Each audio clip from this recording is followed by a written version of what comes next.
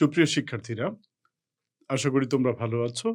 আমি মোহাম্মদ আব্দুল আজিজ, তোমাদের বাংলা শিক্ষক। আমি স্বাগত জানাচ্ছি আজকে তোমাদের সমাসের আরেকটি গুরুত্বপূর্ণ সমাস, সেটি হচ্ছে কর্মধারয় সমাস। কর্মধারয় সমাস এটি তোমরা অনেক ছোটবেলা থেকেই পড়ে আসছো।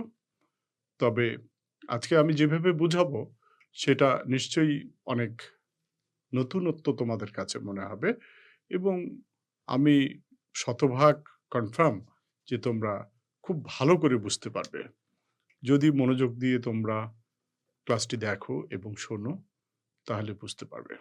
এখানে সমাসের একটি গুরুত্বপূর্ণ চ্যাপ্টার কর্মধারয় সমাস। এইভাবে বুঝলে তোমরা এই সমাস থেকে যত ধরনেরই প্রশ্ন আসুক তোমরা সেগুলোরই উত্তর সবগুলোই শতভাগ নিশ্চিত করতে পারবে। তো চলো যাওয়া যাক। প্রথমে আসছে কর্মধারয় সমাসের একটি ভাগ উপমান। আমরা জানি কর্মধারয় সমাস মোট ৪ প্রকার। একটা হচ্ছে উপমান, উপমান কর্মধারায়, উপমান কর্মধারয়, উপমিত কর্মধারয়, ৩ নম্বরে হচ্ছে মধ্য পদলোপী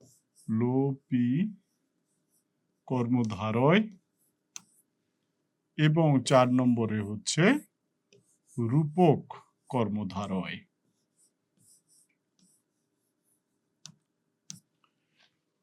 এই কটি কর্মধারয় সমাসের প্রধান ৪টি ভাগ। এই ৪টি ভাগ প্রায় একটা আরেকটার সাথে প্যাচগোজ লেগে যায়। এই প্যাচটা আর কখনোই লাগবে না তোমরা যদি আজকের ক্লাসটা একটু মনোযোগ দিয়ে দেখো।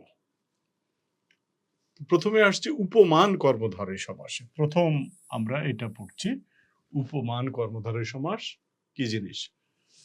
যার সাথে তুলনা করা হয় তা উপমান, আর যাকে তুলনা করা হয় তা হচ্ছে উপমেয়।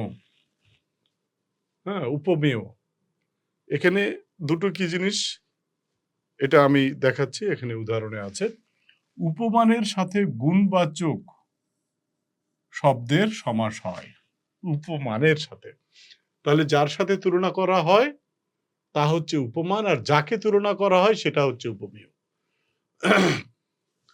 বিশেষ্য সবসময় উপমান হবে বিশেষ্য, আর বিশেষণ সবসময় হবে উপমেয়টা হবে বিশেষণ।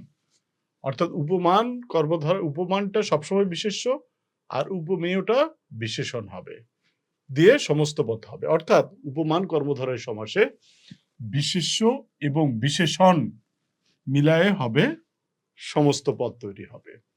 পূর্বপদ পরোক্ষ হবে। পরোক্ষ কি জিনিস? যেটা চোখের সামনে নেই, চোখের আড়ালে। এখন আমার সামনে যা যা আছে সেটা হচ্ছে প্রত্যক্ষ। যেমন আমার সামনে একটি স্টুডিও আছে, আমার সামনে স্মার্ট বোর্ড আছে, আমার সামনে কলম আছে, ক্যামেরা আছে, লাইটগুলো আছে আমার সামনে। তো এটা হচ্ছে প্রত্যক্ষ। আর আমার সামনে এখন নেই যা, সেগুলো কেমন? যেমন আমার ফ্যামিলির মেম্বাররা আমার সামনে নেই এখন, আমার ভাই বোন আমার সামনে নেই, আমার সন্তান আমার সামনে নেই, আমার বন্ধু বান্ধব এখন আমার সামনে নেই। তো এগুলো হচ্ছে পরোক্ষ। অর্থাৎ যা কিছু চোখের আড়ালে তা পরোক্ষ, আর যা কিছু চোখের সামনে তাই হচ্ছে প্রত্যক্ষ। তাহলে আমরা পাচ্ছি এখানে কি, যে পূর্বপদ সবসময় পরোক্ষ হবে, মানে চোখের আড়ালে থাকবে পূর্বপদ। বাস্তব বিষয়ের সাথে তুলনা হবে, বাস্তব বিষয়ের সাথে অবাস্তব বিষয়ের তুলনা হবে না। এই যে তুলনা করবে এখানে, এই তুলনাটা হবে বাস্তব বিষয়ের সাথে। এখন এই বিষয়গুলোতে আমি আসছি যে কখন কোনটা কিভাবে হচ্ছে, এখানে চমৎকার করে উদাহরণ দিয়ে বুঝিয়ে দিয়েছি। দেখো, বজ্রের ন্যায় কঠোর। তাহলে এখন চোখের সামনে কি আছে? কঠোর। আমি কঠোরটাকে বুঝাচ্ছি। বজ্র কঠোর শব্দটা মনে করো, আমি আমার সামনে কেউ বসে আছে, সে একটা সিদ্ধান্তে খুব অটল, সে খুব কড়া সিদ্ধান্ত নিয়েছে, কিছুতেই সেখান থেকে তাকে নামানো যাচ্ছে না। তখন আমি তাকে বলবো, আমার হয়তো সে বন্ধু, তাকে আমি বলবো, "কিরে তুই তো বজ্র কঠোর হয়ে আছিস। তুই একটু ফ্লেক্সিবল হ। একটু অন্য কিছু ভাবতে শেখ।" কিন্তু না, সে তার সিদ্ধান্তেই অটল আছে। এরকম তাকে আমরা বজ্র কঠোর বলতে পারি। তাহলে আমার চোখের সামনে আছে কঠোর। তাহলে এখানে আমরা কি দেখতে পাচ্ছি? এটা প্রত্যক্ষ আর এটা হচ্ছে পরোক্ষ। বজ্র মানে কি? বজ্র হচ্ছে আকাশ থেকে যেই বজ্রপাত হয়, ভয়ঙ্কর শব্দে বাজ পড়ে, যেটার উপরে পড়ে সেটা অনেক কিছু ক্ষতি হয়ে যায়। তাল গাছের উপরে পড়লে তাল গাছ মরে যায়, শুকিয়ে যায়। সেটা বজ্র, বাজ পড়া। তো সেই রকম একটা কঠোর, সেটা আকাশে। আর আমার সামনে কে আছে? ওই কঠোর ব্যক্তিটা আছে বা আমার ওই বন্ধুটা আছে।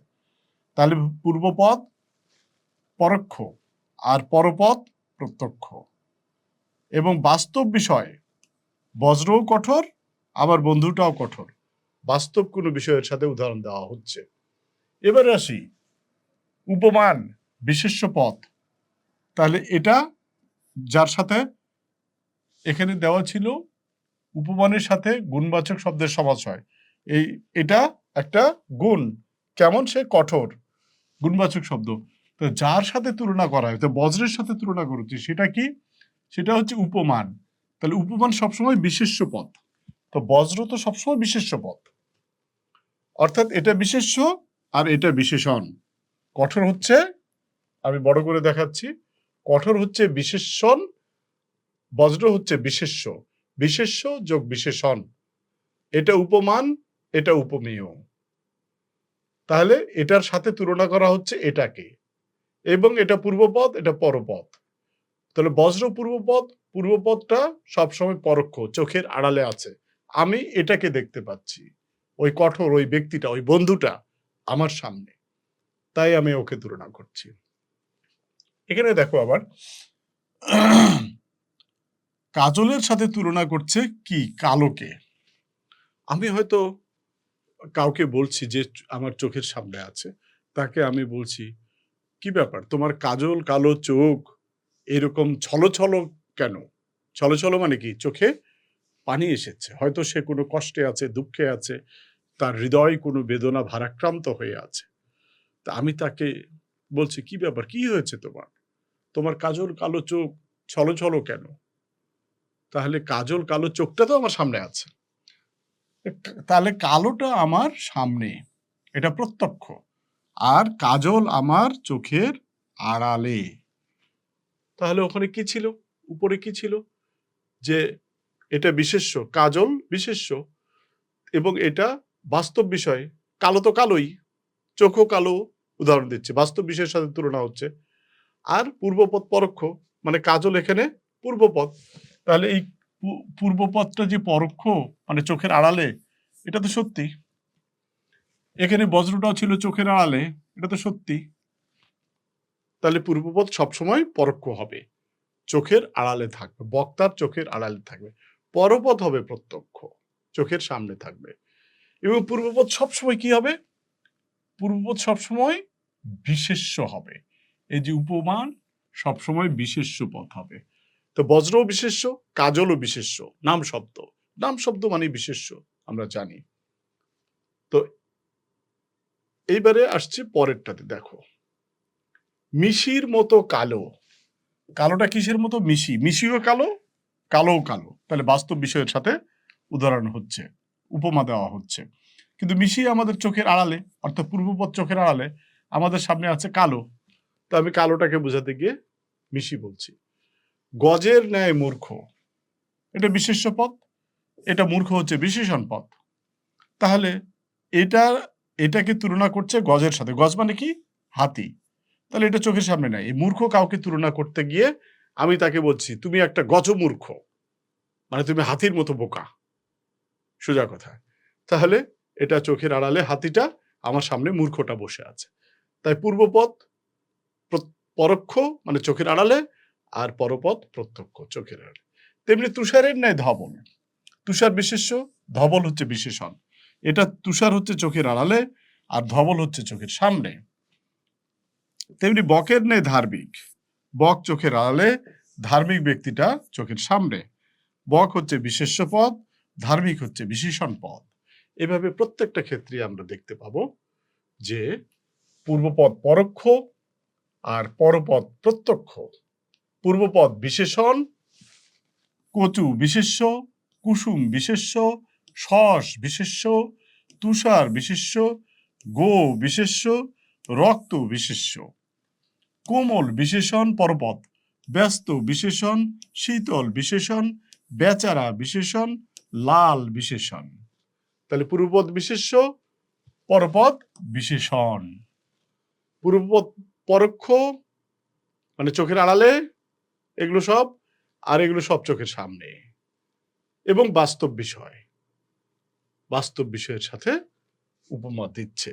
এইভাবে আমাদের এই উপমান কর্মধারয় সমাস, আশা করি তোমরা বুঝতে পেরেছ। নেক্সট আমরা যাচ্ছি উপমিত কর্মধারয় সমাস। এতক্ষণ যা যা আমি তোমাদেরকে উপমান সম্পর্কে বললাম, উপমিত কর্মধারয় সমাসটা ঠিক তার উল্টো হবে কিছুটা। যেমন দেখো, এখানে বিশেষ্য এবং বিশেষ্য মিলায়ে হবে সমস্ত পদ। এর আগেরটা উপমান ছিল কি, বিশেষ্য প্লাস বিশেষণ, পরপদ বিশেষণ ছিল, পূর্বপদ বিশেষ্য ছিল, কিন্তু এখানে উভয় পদই বিশেষ্য হবে। পূর্বপদ প্রত্যক্ষ হবে। এর আগে পূর্বপদ কি ছিল? পরোক্ষ ছিল। উপমান কর্মধারয় সমাসে পূর্বপদ পরোক্ষ ছিল, কিন্তু উপমিতর বেলায় পূর্বপদ প্রত্যক্ষ হবে। অলিক বিষয়ের সাথে উপমা হবে। অলিক মানে কি? অবাস্তব।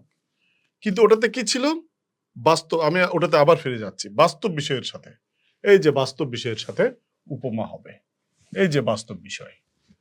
হ্যাঁ, তাহলে এইভাবে আমরা দুটোর মধ্যে তুলনা করছি। উপমিত কর্মধারয় সমাসে অনেকটাই উপমান কর্মধারয়ের বিপরীত। এখন আমরা আসছি উদাহরণ সহ বিশ্লেষণে। পুরুষ সিংহের ন্যায়। পুরুষও বিশেষ্য, সিংহও বিশেষ্য। ন্যায়টা তুলনাবাচক শব্দ। ন্যায়টা সব ক্ষেত্রে তুলনা করবে খালি, এটা কমন শব্দ, এটা জেনারেল শব্দ। এটা পূর্বপদ, এটা পরপদ। পুরুষ বিশেষ্য পদ, সিংহ বিশেষ্য পদ। এখানে পুরুষ সিংহের ন্যায়, পূর্বপদ হচ্ছে প্রত্যক্ষ। আমার সামনে পুরুষটা আছে, সিংহ কোথায় আছে? সিংহ বনে জঙ্গলে আছে। সিংহ চোখের সামনে থাকলে কি হতো? হালুম করে ঘাটটা মটকে দিত। সুতরাং সে যে বনে জঙ্গলে আছে সেটাই ভালো আছি, আমরা নিরাপদে আছি। তো সুতরাং পরপদ এখানে পরোক্ষ, আর উপমানে ছিল পরপদ প্রত্যক্ষ। এখানে ঠিক তার উল্টো। এখানে পূর্বপদ প্রত্যক্ষ, উপমানে পূর্বপদ ছিল পরোক্ষ। তেমনি অবাস্তব। সিংহের মতো কখনো পুরুষ হতে পারে? সিংহ তো একটি পশু, 4টা পা, কেশর আছে। সিংহের সাথে মানুষের তো কোনোভাবেই মিল নাই। তাহলে কেন আমরা মিল করি? এটা অনেক জ্ঞানীগুণী বড় মানুষের জন্য আমরা পুরুষ সিংহ ব্যবহার করি। অর্থাৎ যার শৌর্য, বীর্য, সাহস, যার আদর্শ খুব দক্ষ, যেমন শেরে বাংলা ফজলুল হক, তাকে বাংলার বাঘ বলা হতো। তো বাঘ তো একটা ভয়ঙ্কর প্রাণী, মানুষের সাথে তার তুলনা হবে কেন? মানুষ তো মানবিক মানুষ। শেরে বাংলা তো একজন মানবিক মহান মানুষ ছিলেন, তার সাথে বাঘের তুলনা করছে কেন? সেটা আদর্শের ক্ষেত্রে নয়, সেটা তার সাহস, তার শৌর্য, তার বীর্য, তার দেশপ্রেম ইত্যাদি ছিল বাঘের মতো শক্ত সবল, সেইটা তুলনা করা হচ্ছে। তো সুতরাং এই জন্য আমরা বলছি অবাস্তব বিষয়ের সাথে তুলনা করছে। মানুষের সাথে সিংহের যায় না। কর কমলের নাই। কর মানে কি? হাত। তা হাত কখনো কমল বা পদ্মের মতো হতে পারে? হতে পারে না। কেন ব্যবহার করছি তাহলে? সৌন্দর্য বোঝাতে গিয়ে, যে হাতটা এত সুন্দর, যে পদ্ম পাতার মতো কি সুন্দর তার হাত। কিন্তু এটাও বিশেষ্য, এই কমলও বিশেষ্য। পুরুষও বিশেষ্য, সিংহও বিশেষ্য। চরণ বিশেষ্য, কমলও বিশেষ্য। চরণ কমলের ন্যায়। বাহুলতার ন্যায়, দুটাই বিশেষ্য। এবং সবসময় পূর্বপদ প্রত্যক্ষ চোখের সামনে আছে, আমি পুরুষটাকে বোঝাচ্ছি, আমি কর বা হাতটাকে বোঝাচ্ছি, আমি চরণ বা পাটাকে বোঝাচ্ছি, আমি বাহুটাকে বোঝাচ্ছি, আমি কণ্ঠকে বোঝাচ্ছি। তা এগুলো আমার চোখের সামনে। আর পরপদ সবসময় চোখের আড়ালে। কণ্ঠ বজ্রের ন্যায়, বজ্রকণ্ঠ, যার কণ্ঠের মধ্যে খুব শক্তিশালী বারিক্কি, খুব গাম্ভীর্যপূর্ণ কণ্ঠ, তাকে বজ্রকণ্ঠ বলা হয়। তো এই বজ্রকণ্ঠ, তাহলে কণ্ঠ আমার চোখের সামনে, কিন্তু বজ্র হচ্ছে আকাশে, অর্থাৎ পরপদ হয়ে গেল পরোক্ষ। আবার পূর্বপদ সবসময় প্রত্যক্ষ, উপমানের ঠিক উল্টো, কিন্তু সবটাই অবাস্তব বিষয়ের সাথে। কণ্ঠের সাথে বজ্রের তুলনা কি? মানুষ কি ওই বজ্রের মতো অত জোরে চিৎকার করে কথা বলে কখনো? অসম্ভব, কখনোই বলে না। বজ্র তো ভয়ঙ্কর একটা শব্দ, যেটি যে এলাকায় বজ্র পড়ে সেই আশেপাশের 10 কিলোমিটারের মধ্যে সেই শব্দটা ছড়িয়ে যায়। কিন্তু মানুষের কণ্ঠতে 1 কিলোমিটারও ছড়াবে না। তাহলে বজ্রের সাথে মানুষের কণ্ঠের কেন তুলনা করছে? কারণ এই মজবুত সেই বারিক্কি গলার জন্য তুলনা করা হচ্ছে। কাজে অবাস্তব বিষয়ের সাথে তুলনা করা হচ্ছে, সেটা হচ্ছে উপমিত কর্মধারায়। তারপর দেখো এই পাশের উদাহরণগুলো তাই।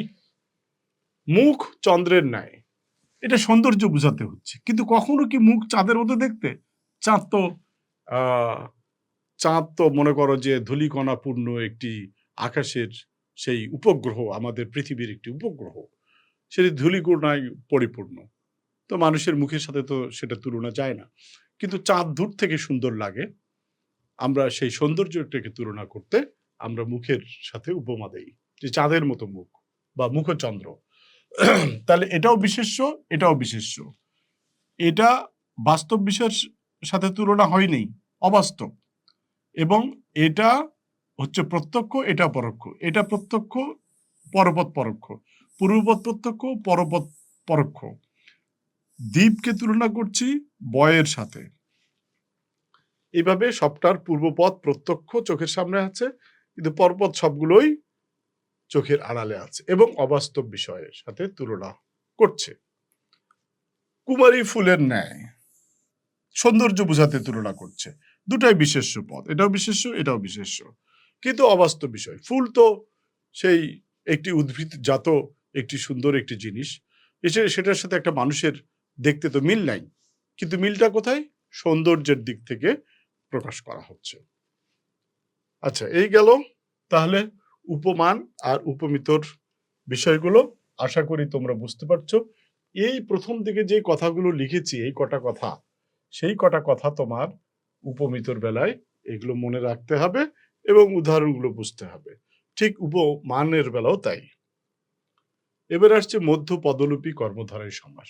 মাঝখানের পদটা সমস্ত পদে গিয়ে হারিয়ে যায়, তাকেই বলা হচ্ছে মধ্য পদলোপী কর্মধারয় সমাস।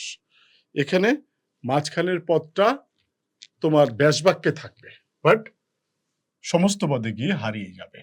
এটার একটা গুরুত্বপূর্ণ বিষয়। এটার তোমার ব্যাস বাক্যগুলো একটু করতে মুশকিল হয় যদি লিখিতভাবে করে। তবে তোমরা যারা এসএসসি ক্লাস, তাদের জন্য সুবিধা যে এখানে ব্যাস বাক্যের কোনো কারবার নাই তোমাদের। এসএসসিদের জন্য এটা টিক চিহ্নর কারবার। কিন্তু ইন্টারমিডিয়েটে যারা, তাদের জন্য এটা বুঝতে হবে। তাদের জন্য সমস্ত পদ দেওয়া থাকবে প্রশ্নপত্রে। এটা ব্যাস বাক্য নিজেকে লিখতে হবে, লিখে নির্ণয় করতে হবে এটা অমুক সমাস। তো দেখো পলান্ন দেওয়া আছে সমস্ত পদ। পল মানে কি? মাংস। পল মিশ্রিত অন্ন, পলান্ন, তিনটা পদ মিলে একটি পদ হয়েছে। মিশ্রিত শব্দটা সমস্ত পদে হারিয়ে গেছে, তাই মধ্য পদ লুপি। লুপি মানে কি? লোপ পাওয়া বা হারিয়ে যাওয়া। শহীদ স্মরণে দিবস, শহীদ দিবস, এই স্মরণেটা হারিয়ে গেছে সমস্ত পদে গিয়ে, তাই এর নাম মধ্য পদলোপী। মধ্যের পদ লুপ্ত হয়েছে বা হারিয়ে গেছে। ঘরে পালিত জামাই, ঘর জামাই, সমস্ত পদে এসে পালিতটা হারিয়ে গেছে। স্বর্ণ নির্মিত মন্দির, স্বর্ণমন্দির সমস্ত পদে এসে নির্মিত হারিয়ে গেছে।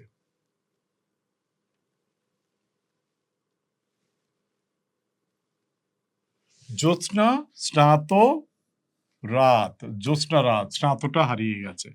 ধর্ম রক্ষার্থে ঘট, ধর্মঘট রক্ষার্থে হারিয়ে গেছে। সন্ধ্যায় জ্বালানো প্রদীপ, জ্বালানো হারিয়ে গেছে। বিচরণ, গাঙে বিচরণকারী চিল, গাং চিল সমস্ত পদে গিয়ে বিচরণকারী হারিয়ে গেছে।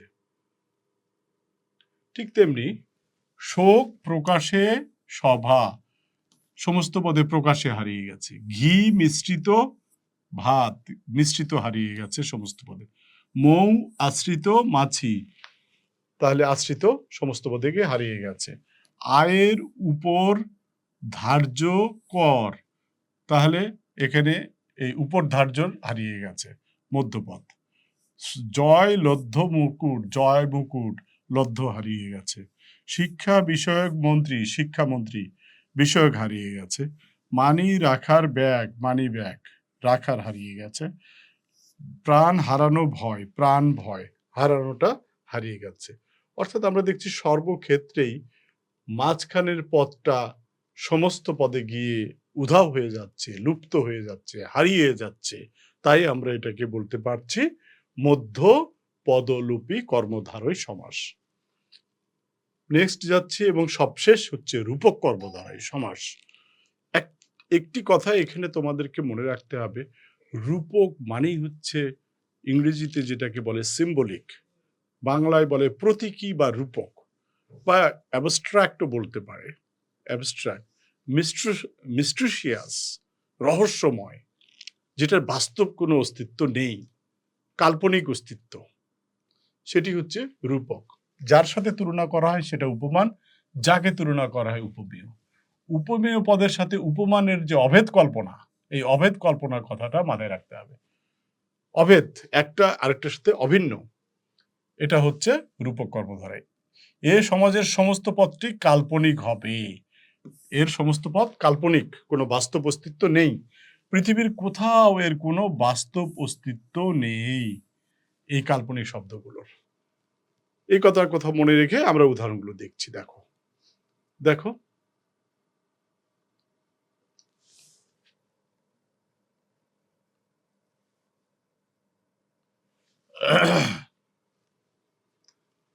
মন রূপ মাঝি, মন মাঝি, এখানে মন আর মাঝিকে অভেদ কল্পনা করা হচ্ছে রূপ দ্বারা। এই মন মাঝি নামের কোনো মাঝি পৃথিবীতে কি আছে? কোনো খেয়াঘাটে দেখা যায়? পৃথিবীর কোনো খেয়াঘাটে মন মাঝি নামের কোনো মাঝি বসে নেই। তো এটা আমাদের মনে বাস করছে। প্রত্যেকটা মানুষের মনে, হৃদয়ে একটি মাঝির মতো কে যেন বসে আছে। আমি যেতে চাই ডাইনে, আমাকে নিয়ে যায় বামে। আমি করতে চাই একটা ভালো কাজ, আমাকে ঠেলে নিয়ে যায় মন্দ কাজের দিকে। এইভাবে প্রত্যেকটা মানুষের ভেতরে এই মন মাঝি বসে আছে। এই মন মাঝি আমাদের হৃদয়কে অনেক সময় চালায়। আমার মনকে কে যেন অন্য কেউ চালায়। গানের কথা আছে, মন মাঝি তোর বৈঠা ডেরে আমি আর বাইতে পারলাম না, সারা জীবন উজান বাইলাম ভাটির নাগাল পাইলাম না। তো এই মন মাঝি পৃথিবীর কোথাও এটার অস্তিত্ব নেই, কাল্পনিক শব্দ। প্রত্যেকটা শব্দই অস্তিত্ব নাই। জীবন প্রদীপ, এই প্রদীপ পৃথিবীর কোথাও আছে? মোহনিদ্রা নাই। দিল দরিয়া মানে কোনো দরিয়া নাই। ক্ষুধা নল, ক্ষুধার আগুন পৃথিবীতে কোথাও নাই। ভবনদী, পৃথিবীতে কোনো এ নদী নাই। সংসার সাগর পৃথিবীতে কোথাও নাই। বিষাদ সিন্ধু, দুঃখের সাগর পৃথিবীতে কোথাও নাই। যৌবন সূর্য, এরকম সূর্য মহাজগতে কোথাও নেই। কাল সিন্ধু, এরকম সাগর পৃথিবীতে কোথাও নাই। প্রাণ পাখি নামের কোনো পাখি পৃথিবীতে নেই। বিদ্যাধন পৃথিবীতে কোথাও নেই। শোকানল, কোথাও এই আগুন নাই। শোকের আগুন পৃথিবীতে দেখা যায় না। শোকাগ্নিও তাই, কোথাও এই আগুন দেখা যায় না। এটা অন্তরে অন্তরে জ্বলে। তাহলে কাল্পনিক শব্দ, আমি প্রথমেই বলেছি এর পৃথিবীর কোথাও এর অস্তিত্ব নেই। এটি সমস্ত রূপে কাল্পনিক শব্দ হবে। সেটাই হচ্ছে রূপক কর্মধারয় সমাস। আর এখানে সমস্ত পদে একটি রূপ রূপ রূপ শব্দটা মাঝখানে যুক্ত করে দিলেই ব্যাস বাক্য হয়ে যাবে। তো এটা বোঝা সবচেয়ে সহজ যে এই শব্দগুলোর অস্তিত্ব সম্পূর্ণ কাল্পনিক, বাস্তব অস্তিত্ব নেই। তো আজকে এই পর্যন্তই, আশা করি তোমরা ভালো করে বুঝতে পেরেছো। তোমরা ভালো থাকো, সুন্দর থাকো এবং গভীর মনোযোগ সহকারে পড়াশোনা করো। ধন্যবাদ সবাইকে।